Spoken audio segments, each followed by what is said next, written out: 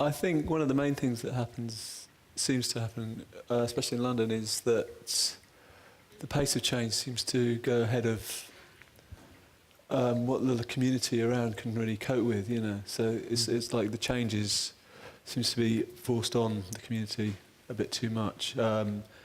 Historically, I guess, towns and cities have evolved in a more at a more manageable pace.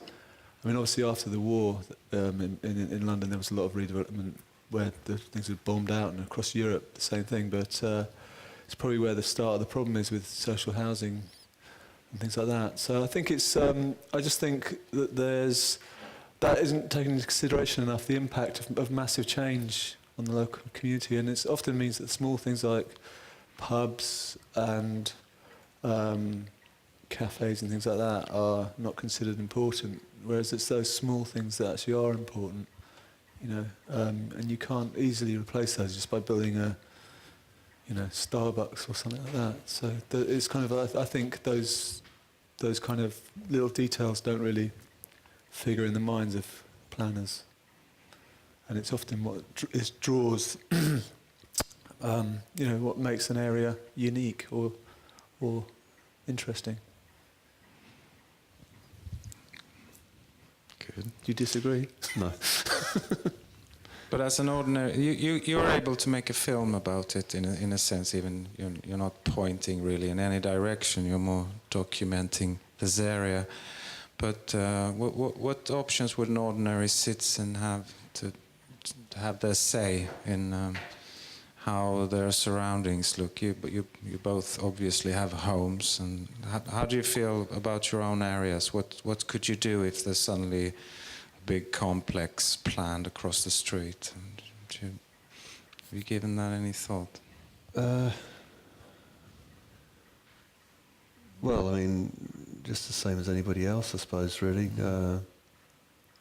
I don't know, like where you live has changed a lot more than where I live, I suppose, but just, yeah, to start a Facebook page to try and save something. Yeah, I don't know.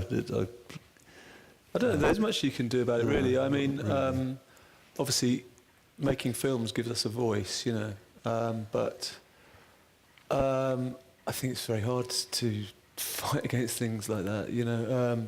It's always money that's the sort of main driving force in any sort of any fast change that, you know, in a city.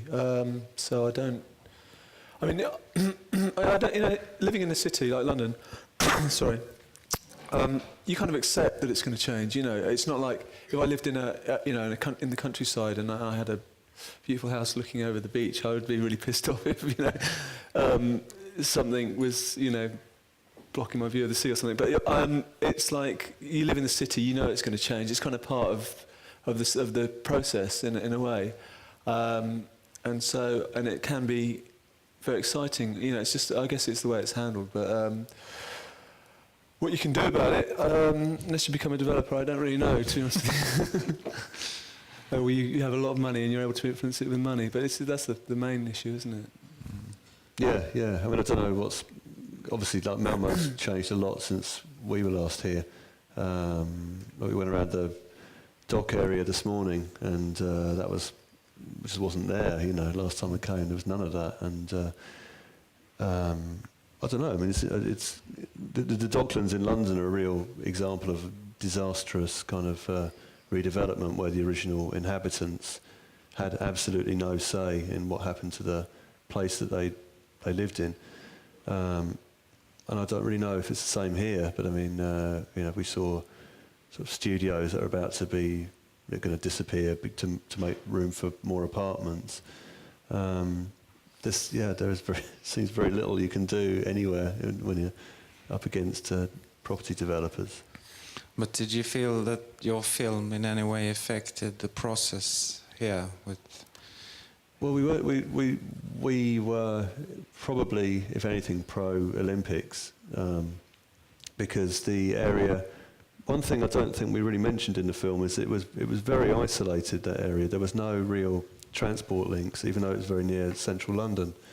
And I think the only reason, or the main reason, that the mayor's office in London was really behind the Olympic bid, was because it would at least be an excuse, whether we got the bid or not, it would be an excuse to change the transport links and make that part of London, you know, it's 7 minutes from King's Cross now on a train.